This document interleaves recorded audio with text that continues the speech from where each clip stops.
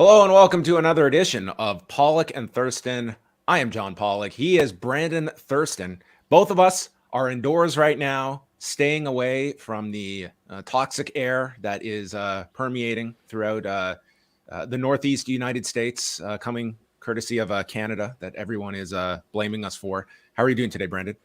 I'm good. The air quality seems to be better today than it was yesterday, but it definitely smelled like someone was cooking up some hot dogs or something yesterday. Yes, it's quite the unique smell if you are out and about wherever you are, whether you are in Buffalo, whether you are in Toronto, or all parts in between. But the question I want to ask you right off the top, Brandon, is if you were David Zaslav, would you hypothetically hire Kendall Roy to run CNN? I would definitely hire Tom Wambsgams. Okay. Yeah. Well, If he's available. maybe some CNN chatter will come up. But today we have a special guest joining us. You have heard his voice on Wrestling Observer Live, We're Live Pal, and of course the Mat Man podcast, a great reporter joining us for the first time, Andrew Zarian from an undisclosed location. Andrew, thanks for jumping on with us. I'm live from my bunker in New York City to escape the toxic fumes that have been infecting all of us here. John, thanks so much for having me. Brandon, it's always great to do something with you. Two of my favorite people in wrestling media. So this is a treat for me to be honest. Well, you're in an undisclosed location. We have an ultra double secret spreadsheet of guests that we seek out, and Andrew Zarian, definitely someone on the list. So this was the week that we wanted to have you on because, with Collision coming up on June 17th, you've done a lot of great reporting pretty much from the get-go of this being an idea that formed and now into this 2-hour primetime show for AEW. Going back to when you were starting to first hear rumblings about the idea of a new Saturday night show, what were some of your initial impressions about what this would mean for how this would change the face of AEW and how it operates? So initially, I was speaking to Brandon a ton about this because I was kind of going back and forth because some of the conversations was being pieced together as I was getting the information amongst people in Warner Media. I was told this over a dinner sometime early March that there's another AEW show coming, and it's most likely on Saturdays and possibly at 6:00. And the person had asked me is there something important about the 6:00 time slot? I'm like, yeah, it's a 6:05 time slot, on TBS or TNT. It's historic for wrestling.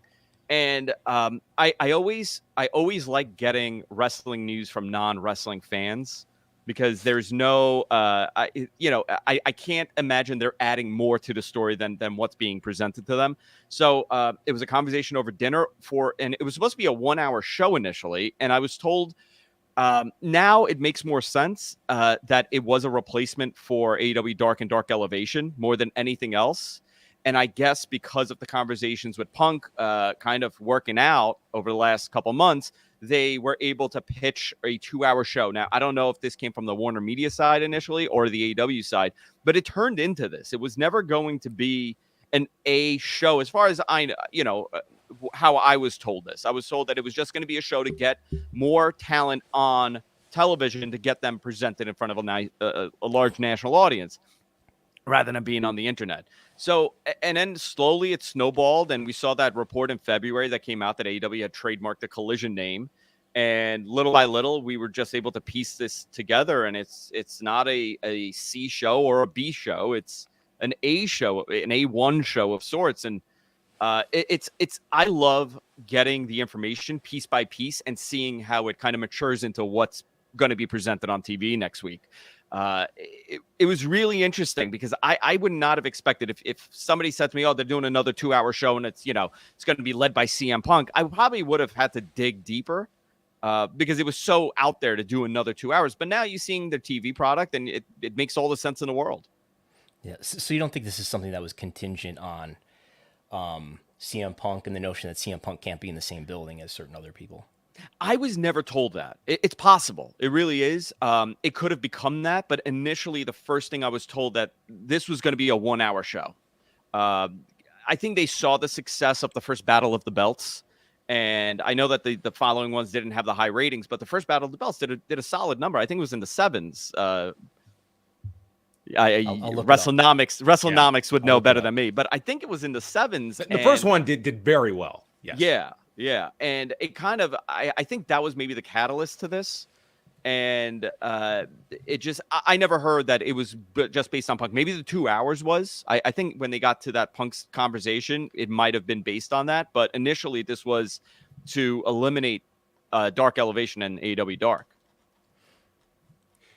And when we look at sort of where it grows from the idea of a potential 1 hour time slot to a 2, I mean, once you're graduating to 2, this, like, from your understanding, was this always going to be undertaking a second night of production for AEW? Or because that really changes the equation here when you're adding a second night of taping television and all of the expenses that come with it, where this is now suddenly like this is a major undertaking by the company and is going to change the lives of many of the wrestlers that are required to be on Saturday, and for some personnel that will be on the road Wednesday and Saturday.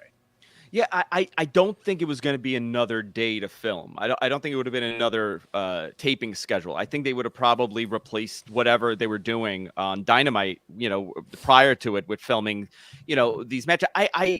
If I were to say what a main event would have been on that show, I probably would think like someone like Jarlistico would have been main eventing that show, or you would have Takeshita main eventing that show just to get talent on TV. Would a really good main event, that doesn't have to be your A player.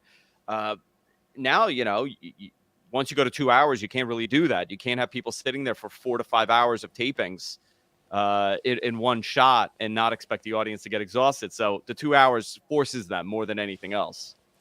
Yeah, so I have the January 2022 is the first Battle of the Belts, and you're right. It did 704,000 viewers, 0.27 in the demo. That's like just under what a Dynamite does these days. Yeah, it's And if I'm not mistaken, I think that was going against like NFL competition on that Saturday. If I'm Saturday night in January. Sounds like right, that, yeah. that tells you like where the interest was, because it was such a throwback to, well, here's Tony Khan's version of Clash of the Champions, and here is a special that there was a lot of interest, but you have seen where that event has sort of settled into. Like the last one, I think we're talking like 400,000 ish viewers is where it's settled in. 415 and 409 were the last two. Well, there you have it with the I'm Battle of the curious to Belts. see if this question to be asked about whether that show is even going to continue with. I mean, where's it going to air? It's a little bit more jammed now, and you got 2 hours, you got 5 hours total of AEW. Are they going to take the time to do an additional Battle of the Belts show 4 times a year?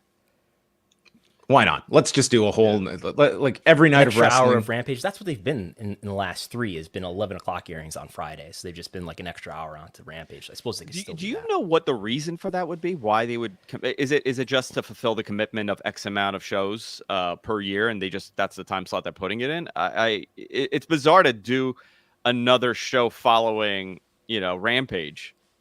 It sort of lines up with like for the Arthur Ashe shows, they've done an extra hour of Rampage for those. And then for every pay-per-view, they do that countdown show after, if not Dynamite, after Rampage. So it seems like there's, they don't mind putting that extra hour on top of what they're already doing on special occasions. Yeah.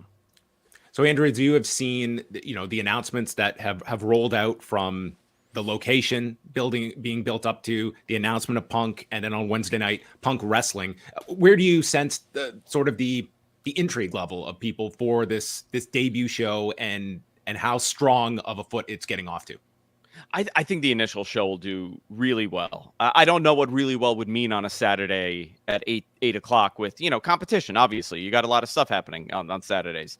I don't know what that number looks like, but I think, you're going to be higher than most weeks. I'm trying to get a gauge of what the success level for that show would be. I don't think 1 million is their target here. If they do 1 million viewers per show consistently, that would be fantastic. But if we're going to go based on Dynamite numbers and kind of equate that, I think being in the 7s is a very strong number to be in consistently. And you're talking about like once it's in a steady state. I'm sure the once first in the steady be state, pretty big. I would say I would hope so. If they can be in the range of what we just talked about with that first Battle of the Belt special, like a 0.26, a 0.27. I think that's a very, very healthy figure to aspire to. And Brandon, just coming off of last night, Way and I were discussing this, the idea that you have Punk wrestling, and while not advertised, I think a lot of people are expecting CM Punk to talk on this show. And if you can fill up 2 to 3 quarters with CM Punk, I mean, that is going to significantly boost that first show, in my estimation. And I was not someone that was necessarily expecting to have the Punk match in week 1 that could have been saved. But you look at all of this, like that first show, you should expect a lot of Punk on this show. It certainly heightens what I feel the ceiling is for week 1. I mean, it would definitely help viewer retention to bookend the show, the first Collision with a Punk promo at the beginning and then a Punk match at the end that you stick around for.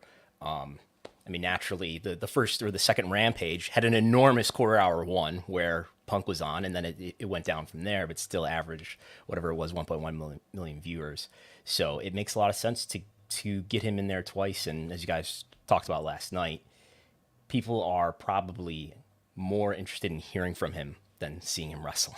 Yeah, I think it's smart to also put him in a mix, you know, a 3-on-3 here, rather than going with the Samoa Joe match that you know that was planned originally.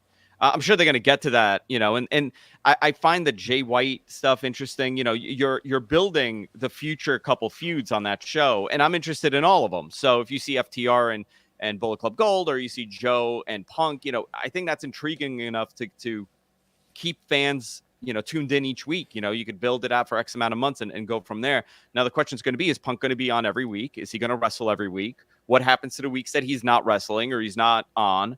Are you going to alternate, you know, people that are, you know, in the elite to be on that show if it's a week that Punk's not on?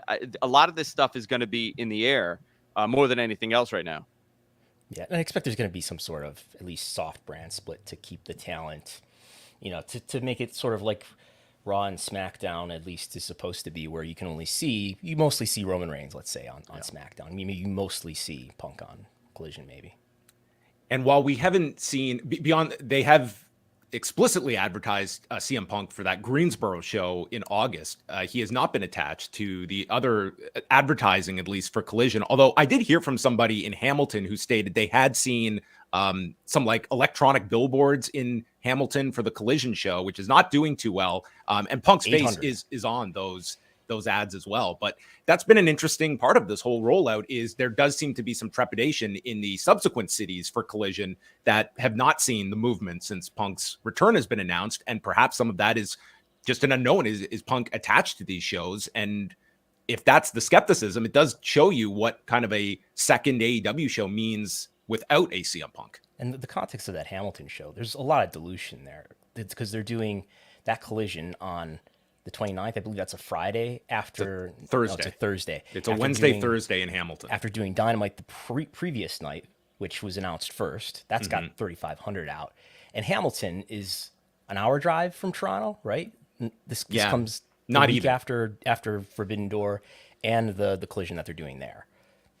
Yeah, it's a lot in the market, but I would say even with all of those shows, the fact that Hamilton is under 1,000 it's still somewhat surprising to me. And maybe it's just the idea that there's probably a lot of those fans that are going to Forbidden Door that might have already bought their tickets for Dynamite. And perhaps you just have the question, is Punk even going to be on this show? Because if not, I'm getting the AEW experience at least once that week. Do I need a second night? Right. Yeah. How about, Andrew, in terms of where you see Collision kind of just falling into a pattern when once a month you are going to have WWE opposition with a premium live event, and how you handle those shows if you are AEW? Are these sort of your unofficial big specials of the month to combat that? Or do you feel that there's going to be less of a necessarily competitive nature to those nights, that it's just going to fall into, this is the new trend and we don't have to build everything around WWE's schedule when we face them head to head once a month? Well, I think the first time this happens, the head-to-head with the pay-per-view, they are probably going to counter-program it with, you know, as much as they can put on TV. The other question is going to be, what are you going to do on all those days you're going to be preempted? You know, there's quite a few of them. I would, what was it? It was like 16 dates. Something like, I would guess maybe in the neighborhood of 10, and most of those probably are going to be the earlier part of the year around the playoffs for the NFL, the NBA and the NHL. There might be some baseball maybe later in this year. Maybe there's some soccer. I mean, I'm just not sure what's going to take priority and how they're going to deal with that. I don't know if there's room in the scheduling for, say, it to go on TBS on some night, but they've demonstrated that they're not switching AEW shows onto other networks, at least not in the last couple of years. I think the first night of competition with a pay-per-view is going to be SummerSlam. Yes. And which is a pretty big night too when you consider I don't know how much of an impact the Nate Diaz fight is going to have with Jake Paul, but that's going on the same night as SummerSlam. But yeah, SummerSlam will be our first test to see what kind of a collision goes up. A very appropriately named new show for AEW as well. And that's that's a number 2 pay-per-view they're going up against for WWE. So they either they're going to counter program the hell out of it, or they're just going to just say we're doing a regular taping here, because Money in the Bank will be in the afternoon U.S. time. Correct. Yeah. So they will avoid that one. When you following all of the CM Punk stuff as we all have, Andrew, was there sort of a strong feeling you had one way or the other that ultimately this guy, they are going to find a way to work things out and get this guy back in? Was there ever a thought on your part that this would be an untenable situation to bring this guy back into the locker room? What were just some of your own feelings as they've evolved since All Out last year? I always said if they can make it work, they really should. You don't get a opportunity, especially in wrestling, to get a guy with CM Punk's popularity to the level of popularity that he has in your company. It's a struggle. Most of the guys are locked into contracts, so they can't wrestle anymore. That's the reality. And you had a very unique opportunity with a guy that hasn't wrestled in 7 years to come onto your TV and spearhead you as a solid number 2 or a major competitor to WWE. I always found it so unfortunate what happened. But if you are a strong manager, if you're a strong leader of a company, you are going to do everything you can to make the best business decision, regardless of your personal feelings. CM Punk being in that company, and I know it's unfortunate for a lot of people because they don't like to hear that, is the best decision for that company as far as marketability goes. I'm not talking about the culture because, I don't know what that's going to look like for them. But as far as marketability, you're in a contract year. You need a big name on your TV. You now have a secondary show on Turner property. It was very important to them, and AEW knows this. So whether or not you make it work with the Elite and probably do the biggest match you ever could in that company's history currently, I think this is the best bet to create growth. You have a video game coming out that has to be successful. You have a toy line that has to be successful. Merchandise. You're selling out. They did really well with Wembley, but you're hoping to continue that. And having someone like Punk will help you sell tickets. We're seeing it already for Collision. That he's moved, I think it's something like 1,000 tickets or so. But everybody knew initially when that United Center show was announced that CM Punk was going to be there or anticipating to be there. It just speaks volumes as to his star power, regardless if you like him or not. And leading up to the WBD upfront, which was May 17th, there was a lot of anticipation. I was talking about for like weeks in advance. Like I think they're going to announce at least Collision here at the upfront. A lot of people were hearing and talking about a new AEW TV deal, and we've since heard from Tony. I've asked him, Dave Meltzer asked him in the last 2 media conferences and he basically said that the length of the deal is the same still. So it's not like there's a new term and renewed contract apparently. And he did say that there's incremental revenue. I think it's got to be something around now a new deal worth like $70 million for the remainder of what their original term was, which will end either this year or next year. So I know there's, speculation, anticipation is going to be like $1 billion deal, but did you hear any of that? I heard all the speculation, and I think we spoke a couple of times. The number I was always told prior to this happening was that they really wanted to be in that 100 million mark, a little north of the 100 million mark. So, adding a secondary per year, that was always what I had heard. That's whether that's 125 million or 110 million, I don't know, but they wanted to be north of that 100 million mark. But you now have another show, and you can't. $100 million a year would not be a success for them at that point. They wouldn't look at that as a win. You're offering them another 2 hours, adding more production, adding more expenses. I think Dave did the math, and he said the show is costing somewhere around $36 million a year for the production and to get everything going. I would say around 26 million, $500,000 a week at least. That might be conservative, but yeah, I could see it being worth $36 million a year to produce. Yeah. Yeah. So the catering, give or take 10 million in either direction. So that could offset. So I think for them, if it is $200 million, I know it sounds crazy to give them $1 billion over 5 years, but it kind of, if you can make those numbers work if you explain it in the way that kind of makes sense. 3 shows a week, 5 hours of content plus BR, pay-per-views plus whatever they're going to do with streaming when that happens. I don't think it's a lot. wild figure at all when you look at like how they're performing, and if you get Collision that's consistently doing a 0.24 in that range, I don't think it's a wild figure in the least.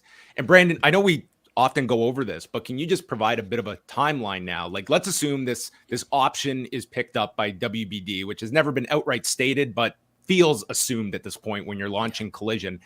How close in proximity are the Raw and SmackDown deals with NBC Universal and Fox with AEW's deal with Warner Brothers?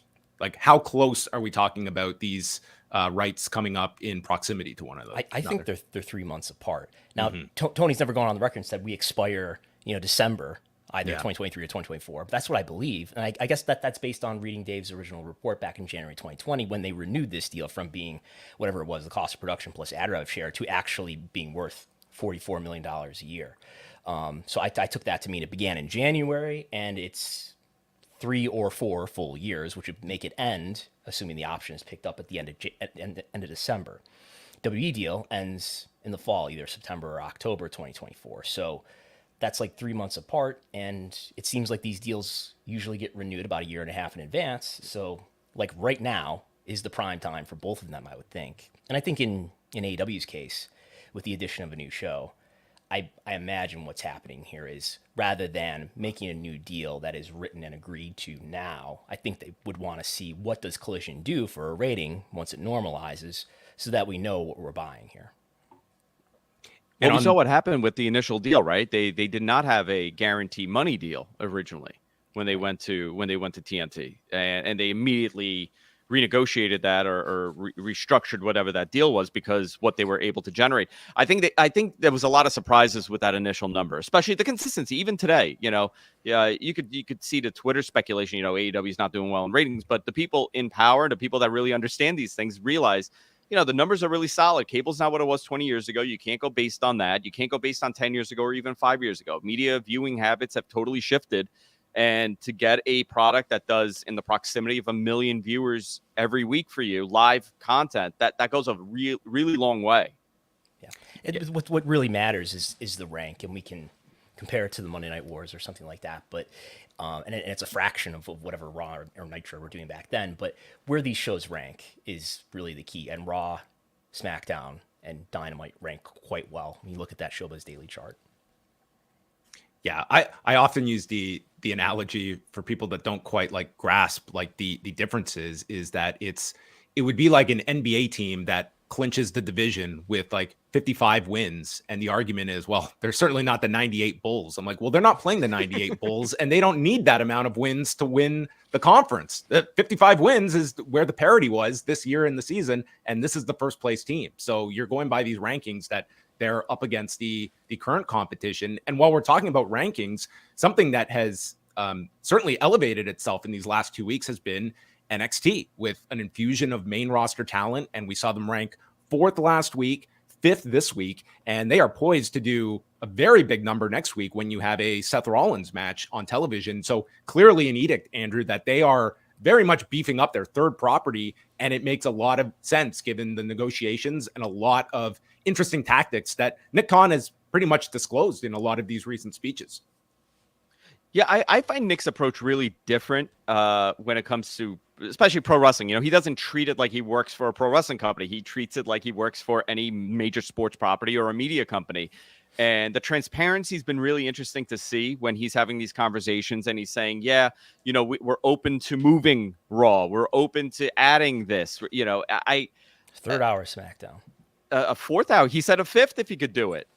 8 hours of Raw. He actually said that to me in person when I saw him a couple of years ago, and we were it was an event here in New York, and I brought it up to him about it. He's like, I would do 5 hours if I could. I could do 6 hours if I could, because it's a money generator. They know that.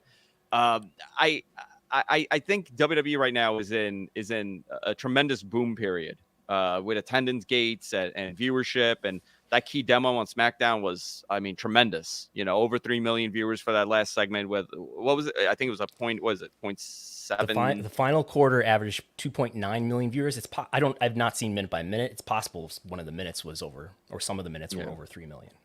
Yeah, I mean that's super impressive.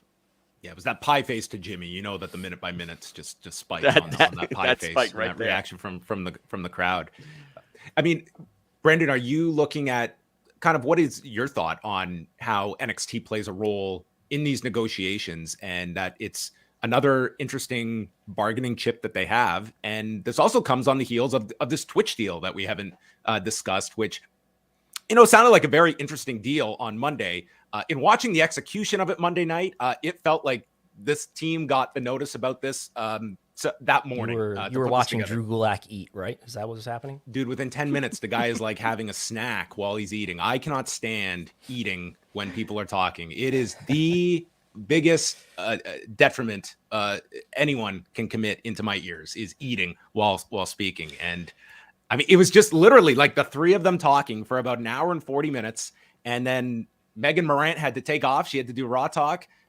Ryan Papola from The Bump, he had to get going. And then it's just on Drew Gulak's channel for the last thing. And no promotion of this at all on Raw, which I found interesting. Whether that was a WWE call of wanting to do a soft launch and work out kinks, or if NBC Universal does not want WWE actively sending people to a non-NBC Universal property during our show as an alternate broadcast. Well, for NXT, those rights actually expire this fall. So I would expect an announcement sometime in the next few months, at least. I mean, if it's not renewed, I imagine it's going to stay with NBCU.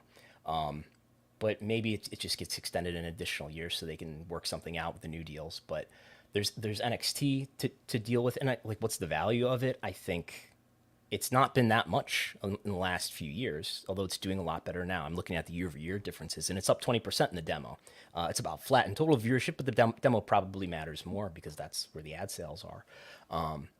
But if they can make it into something stronger, if I'm an executive though, I'm not sure that this is what NXT is going to do long term until I see a longer track record here, because it's only been, in the last 6 months or so that NXT has been doing incrementally better. We'll see what happens as the months go on. I think a big piece, in addition to NXT, and probably comparably important, is where the next day rights go, which were extended to align to be coterminous, as Brandon Ross would say, with the live rights. So where did those go? Because I would imagine that those have a similar value, current value, to whatever NXT is getting, maybe in the neighborhood of like $10 or $20 million or something like that.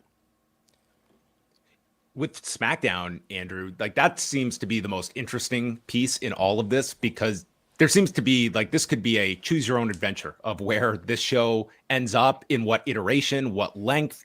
Are there any interesting ideas you see for SmackDown? And I mean, ultimately, can you see this staying on Fox? Do you see some interesting alternatives of how you market this 2-hour show that is, for all intents and purposes, if you are delineating between the two, is the A show at this point? And I think it's very clear to see when you have your biggest story playing out on the show each week.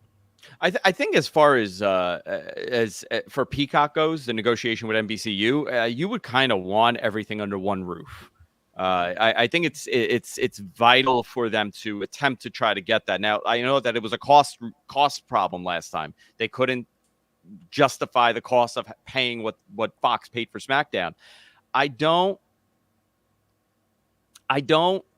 believe that they would give it up. They would just say, we don't want it. I think the reality is Fox wants to keep them as a property. Now, whether or not it makes sense financially, that's an important thing. But like you said, the next day rights go a long way. And if NBC could grab the next day rights for that and continue on, the same goes for AEW. We don't really know what they're going to do next day rights. So those have no home currently. There is no home. It's all over the place. You could watch on TNT or you could watch on TBS, and that's really not a way to do it. There's no next day rights deal going on. We'll see what happens with Max, but the next day rights are as important as live viewership in the next couple of years, as we go over to change the viewing habits. And I will give everyone an update. I am still getting daily inquiries. How can I watch Collision in Canada? I'm trying, folks. I think I've angered the people at TSN. I think Is that why these ticket sales are not good? Is because no one knows where they're going to watch it. I mean, listen, They don't even know if it's a real show in Canada. Like at this point, you don't know where it's going to end up. I would think at the very least, TSN Plus can that's TSN's streaming platform, which is how we watch Rampage up here. It is not on television in Canada. That would be the least. But TSN Plus, who's got the relationship with AEW, they did not touch All Access. Like if you had no access in Canada to All Access. So how did you watch All Access? You know what? I had to do some digging, Brandon, online to go find this show and follow along. You can watch it on Max now, I think. Maybe it's starting tomorroll, actually. But you don't have Max either. Another service we don't get here in Canada. Jeez, it's not a great day to be a Canadian if you're in America. Just all the little things we are missing out on. We'll wrap up in a couple of minutes, Andrew. But I also wanted to just talk a little bit about sort of your career and where you have sort of growing yourself into, a very well-known wrestling reporter and such. And how would you kind of just assess the landscape at this point and where you overall feel like the overall wrestling media landscape stands, the health of it all? I think, what we're doing now is what is the most healthy that it's ever been. There's synergy amongst different type of journalists and different type of media personalities, and people work together to put together true stories rather than speculative, nonsense and filling in the blanks. I think it's really healthy. We have great people covering stuff. Wrestlenomics, unbelievable numbers. It's my cheat sheet every week for my shows more than anything else. But I think your show. Yeah.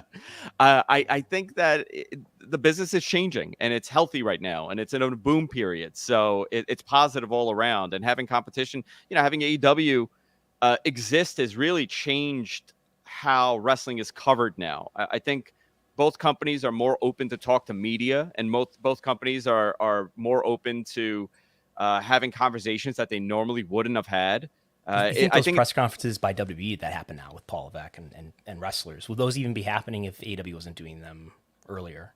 I don't think so. I don't think it would be happening. It's more of a sports thing. This is what you see at the end of every, playoff game. There's a press conference happening, and I think it's healthy. You have to have communication, and it also, it trains people on when to ask and how to ask, and as long as you get the answer that you're looking for, it works out in the end. I find the pressers to be hysterical for AEW. I think AEW's one is more of a Wild West scenario compared to what Paul's doing with his press conferences, where it's way more structured with the questioning.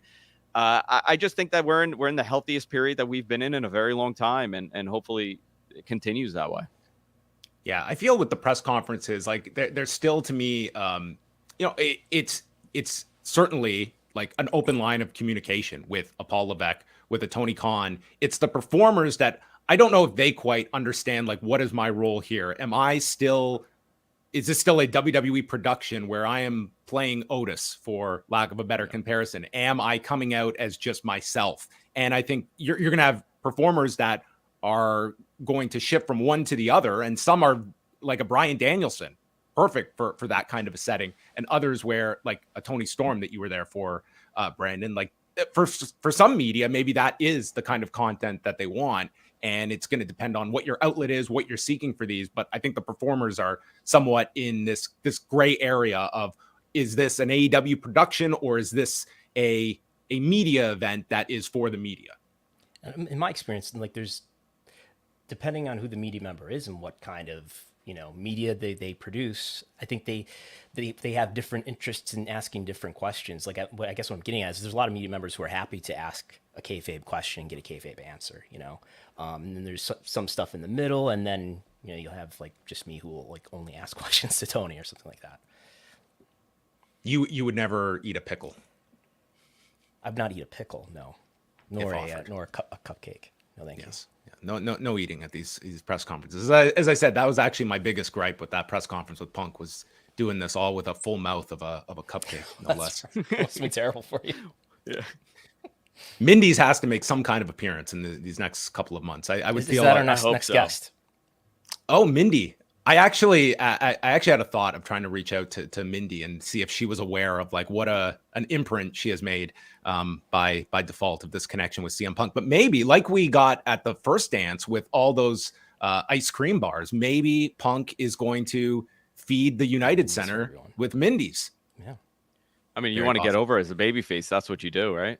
That's it. What kind of, we'll end on this, Andrew. What are your expectations on the reactions for Punk post Chicago, like that next week, if he's in Toronto, Hamilton, the subsequent cities afterward? Do you expect it like here is the big star that in person he's going to be just mega over to these crowds, or do you sense that there's going to be a mix once you get outside of Chicago? I expect it to be more in the favor of Punk returning, but it also depends on who he's in a program with. You know, I think him and Joe would be interesting to see. That may be a little bit of a negative because a lot of people like Joe.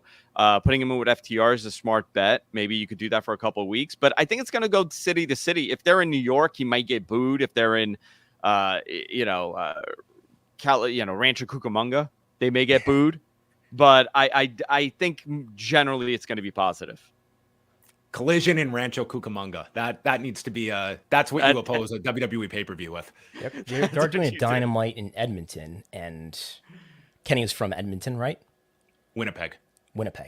Yeah. Okay, they're not going to Winnipeg. They've been to Winnipeg recently. Okay. Yeah, maybe Punk will bring out Brett for cover in Edmonton. He'll bring him up, or at least maybe Oj potentially. Well, Andrew, do let all of our viewers let them know where they can hear more of you. Of course, co-hosting Wrestling Observer Live, We're Live, Pal, and of course the Matt Med podcast. Where can they go to find more of Andrew Zarian? If you go to WrestlingObserver.com, you can check me out every Sunday for Wrestling Observer Live. We're Live, Pal, every Tuesday on Wrestling Observer, and Matt Men on the Matt Men channel. But if you follow me on Twitter at Andrew Zarian, you could get all that info. Is there anyone that has a better backdrop, with due respect to Brandon Thurston, than Garrett Gonzalez? I mean, the backdrop with Dave Meltzer's office, to me, it gets me every time when I'm on with him. It spooks me that I feel like Dave is right over his shoulder. Every now and then, John, every now and then, Dave will turn and look right at the camera and turn back. I don't know what it is. Every now and then. Phenomenal. Well, Andrew, thanks so much for jumping on with us. It was great to have you on the show. I'm sure we will do this again. And absolutely, a great anytime. work on like all your reporting for this. Like you've been on top of Collision right from the get-go. You know, I told my wife yesterday we were when they put that Punk commercial that he's back on the TV. I'm like, well, I'm done. I'm wiped out. That was the last bit. That was the last story. The match announcement was the last thing I had. So now I'm retired. I'm finished. Yeah, because we know it'll all be smooth sailing here when it comes to CM Punk, AEW. Like everything's going to work out peacefully. They're just gonna happily ever after. This is it. We're all going to be out of work after this. But thanks a lot, Andrew, and we'll chat with you soon. Thanks a lot. I'll see you guys. Take care. Thanks for having me. All right, well, getting into a Collision there, and yes, we did have the match announcement on Wednesday night that it will be CM Punk and FTR taking on Jay White, Juice Robinson, and Samoa Joe on that first show at the United Center, which has roughly put out about 8,000 or so tickets, and probably is going to get a healthy bump over the final 10 days before that show at the United Center as it gets the big push. And maybe do we get one more announcement next Wednesday on Dynamite for Collision with what's there left to announce? We'll hear from CM Punk. What is there left to announce? There's always another announcement, Brandon. Another major announcement at Collision. What do you think it's going to do for a rating on the 17th? First show, I think that they are going to do a 0.3 in the demo. That's my prediction. I'm going to say 815,000 viewers. I'm looking at the big spreadsheet and I'm thinking, what is Dynamite doing now?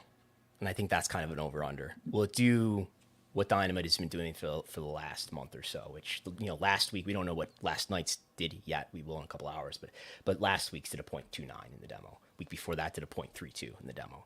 So I think that's probably a good over-under, whatever Dynamite is doing to drive people to go outside of their normal, you know, viewing routine and watch this show. I would say high 20s, low 30s. What it does from there, I would say in the teens once it normalizes. Yeah, it's It's been a long time that we have seen like a franchise that just seems so centered around one individual. Like you take Punk out of this mix, I'm very low on what a average Collision would do. And honestly, like if you are relying on Punk on a weekly or even bi-weekly basis, I mean that novelty will wear itself out. Like this is going to have to be a self-sustaining show that you do have several stars that can create habits for people on Saturday nights to watch this show.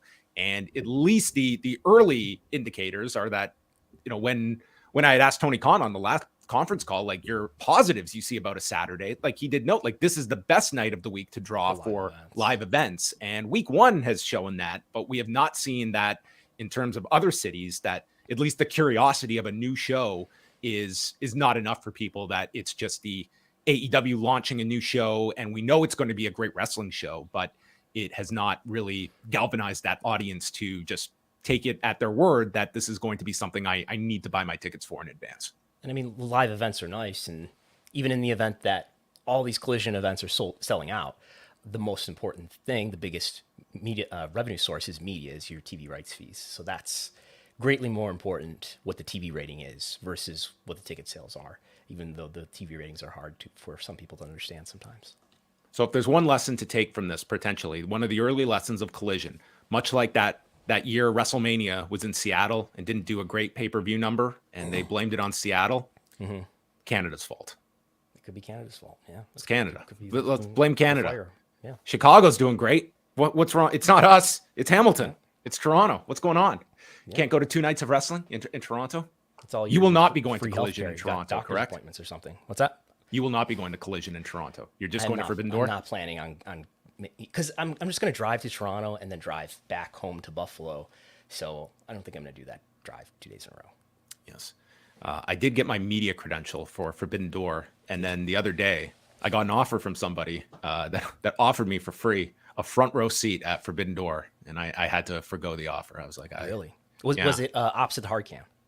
I don't know if it was opposite the hard cam. Knowing this person wouldn't surprise me. So there, I could have been a meme by the end of the night with my stopwatch and my notes. You could be holding up a giant Wei Ting head.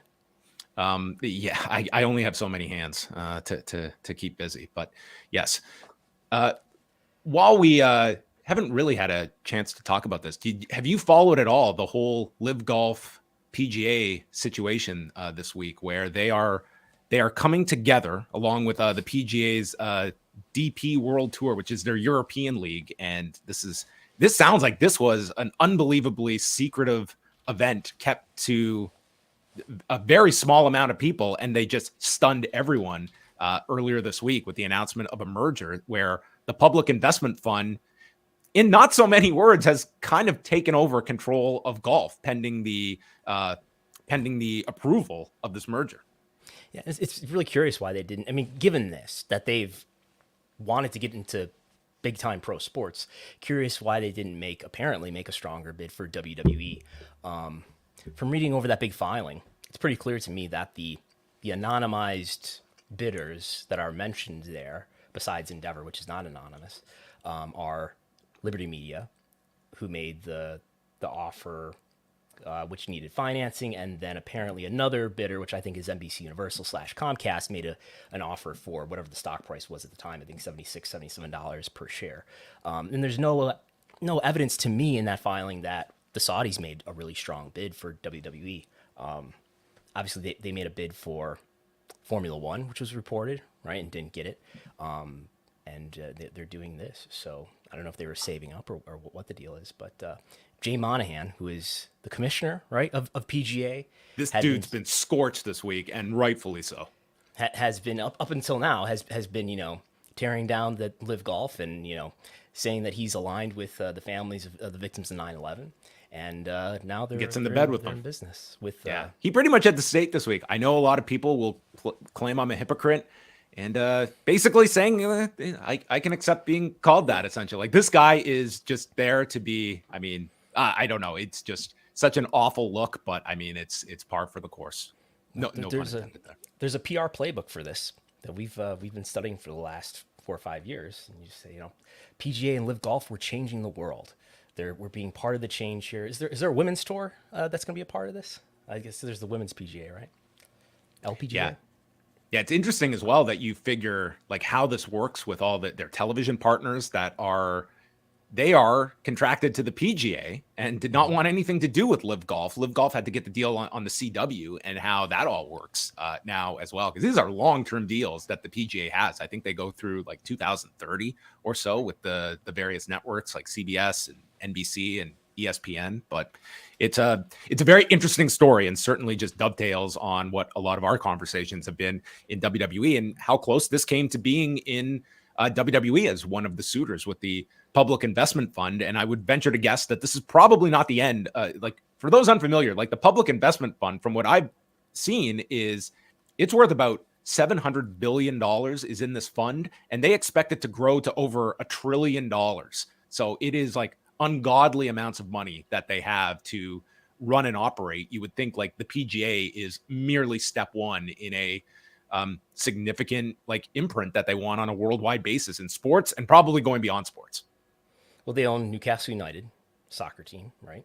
According to my notes, the PGA has a deal with CBS, NBC, and ESPN, which expires 2030, average annual value of $700 million per year. So that's like, almost double what Raw and SmackDown are combined. A little bit less than that. And as well, Collision, we had the blank date of July 29th that has now been filled. Collision on that night will go to the site of Raw from this past Monday, the XL Center in Hartford, Connecticut, which featured a crowd that Wei Ting was very, very negative on for their lack of heat. So we will see if we get a different audience for July 29th. So now they have announced Collisions through August the 12th, which is the date in Greensboro, North Carolina, which is a show that the Greensboro Coliseum has advertised CM Punk for. And I would guess at some point we get some kind of idea of what Punk's schedule is going to be beyond just the United Center. Is he on Forbidden Door? Is he going to be weekly on Collision? Because I think his involvement is going to mean a lot for these shows, and whether they are going to I think there will be a very distinction between Punk shows and non-Punk shows. Yeah, I know they wanted to do the Hiroshi Tanahashi match last year until Punk got hurt, so that's something that maybe they'll do, and I mean, why not? Yeah, if they're going to Hartford, I wonder if Vince McMahon will be there for that one as well. That's a great question. Maybe Vince is going to show up and want to change the script the day of the show for AEW, offer his insight. Maybe, he'll go up to Adam Cole and say, "You're looking a bit frail. Maybe you're a better manager than you are a main event babyface." Yeah. Did you watch that promo? Where they're going to have a piss test. Yeah, I had it on mute, and I did see the closed captioning, and I did see something that was alluding to drug tests. I thought that was very interesting. That's a choice. I wonder, I don't know what the approval process is if something like that actually gets approved by Tony or not. But along the lines of that subject, about a year ago or so, it was around the time that Jeff Hardy was getting arrested for his last DUI. There was a media call, and Sean Radican asked something about a wellness policy and whether there was one. He said there was one. And then I asked if there was drug testing. He said there was drug testing. Is drug testing. I believe they're allowed to test the wrestlers as part of their contracts. I'm guessing that that's for cause and that there's no random drug testing. Yeah, I seem to recall that was the joke during the 90s period about WWF and do they test? And it would be like, yes, well, if they suspect usage, it's like, well, what it constitutes suspecting? It's like, well, if they're walking around with a syringe in their ass, then we would have cause. Yeah, if you're passed out in the locker room, maybe we would test you. Maybe. Yeah, we will. Well, maybe that question will be brought up, or maybe they'll do the Lance Storm, Tommy Dreamer angle where MJF's going to piss into a cup and then Cole dumps it over his head. Yeah, it's hard to be drug tested if when you give your sample you make the cup melt. So we'll see what happens.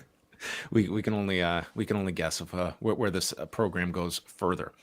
Well, we are going to be winding down and planning to be back next week. How are you enjoying the weekly Pollock and Thurston sessions, Brandon? It's very good. Do you want to share my screen for me? We can talk. Do you want to talk briefly about the SmackDown quarters? Yes, let's go over. This was a huge. Look at that! Look at the Roman Reigns effect here. This is not great news for loyal listener Jermaine from Chicago, but the facts are the facts. Look at this growth. So the Bloodline segment was pretty much, I would say, like 29 of the final 30 minutes. And of course, this is the final quarter, jumping to 2,901,000 viewers. Yeah, was it that long? Because we've got other stuff here in the second to last quarter hour. LA Knight post match angle, the Viking Raiders, and ad break. I will admit I'm not the one who wrote the quarter hour labels here. Jason Omperser did. But anyway, this is 2.9 million viewers for a quarter, and I think I have every AEW quarter ever. I mean, it's the only company that's been around since 2019, and I have WWE quarters going back to early 2022. I do not have a quarter hour data point that is as high as this 2.9 million viewers. This is the third highest demo quarter hour data point that I have. There are 2 quarter hour data points in the post WrestleMania Raw for this year that were higher. So, I mean, you can see that people watching the video can see that the trend lines here, which show you where this show usually goes on average over the course of the last 90 days, how this show as a 2-hour show trends from quarter to quarter. And those last 2 quarters zoom well above where the normal trend is. And I often say that quarter hours are hard to decipher and they're hard to get really meaningful narratives out of, except for times like this where it's super obvious and it's undeniable. And there's no question that like it was the content that drove this difference to happen. Yeah, I mean, when it kind of breaks the scale like this, it's really hard to deny what the cause of it was. So this was the largest audience since the Cena show on December 30th when he wrestled the tag match, and highest quarter since that big Christmas Day episode that had the NFL lead-in at the end of 2020, I believe. Highest demo? 18 to 49 audience. Yes, highest demo since the Christmas Day 2020 NFL leading game, and accepting that highest since March 20th. So, I mean, SmackDown and Raw, for that matter, continue to do better than they were doing last year.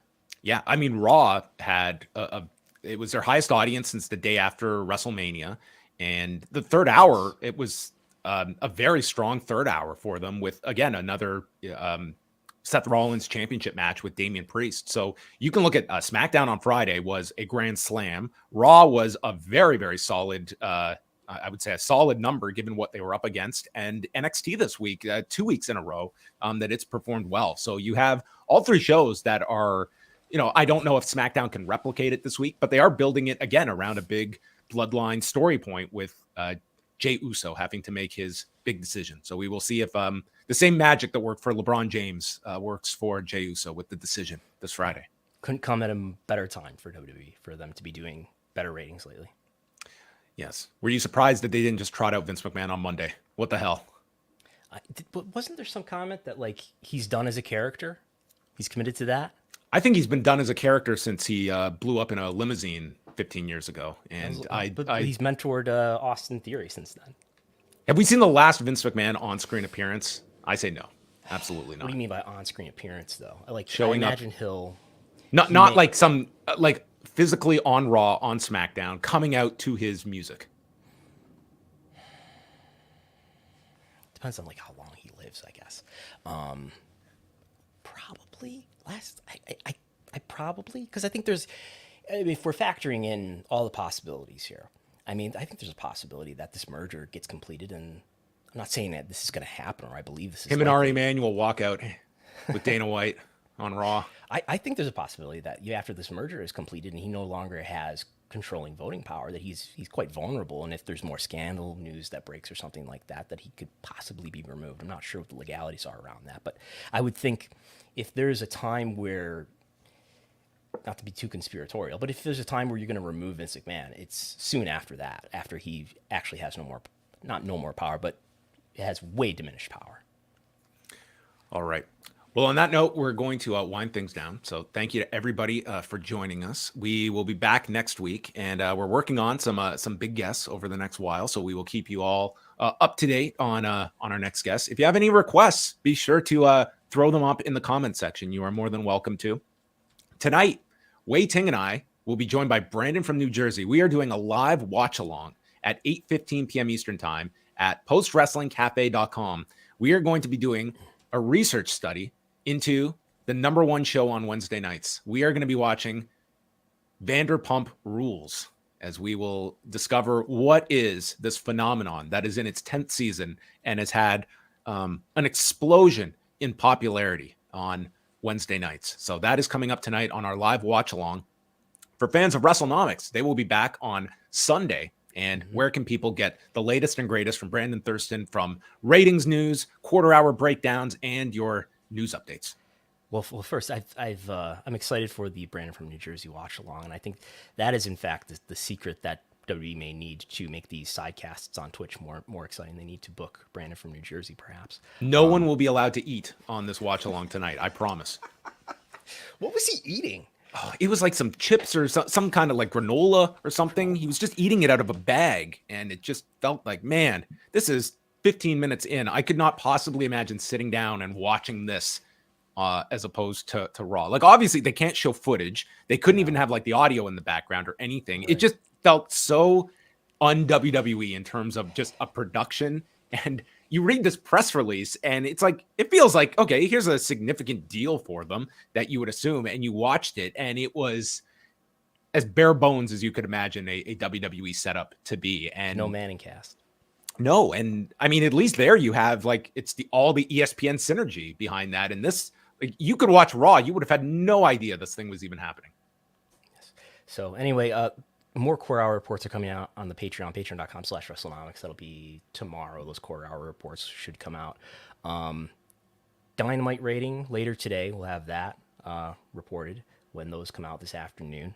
And Wrestlenomics Radio is back, I believe, with Jesse and with Chris Gullo. Jesse Collins and Chris Gullo.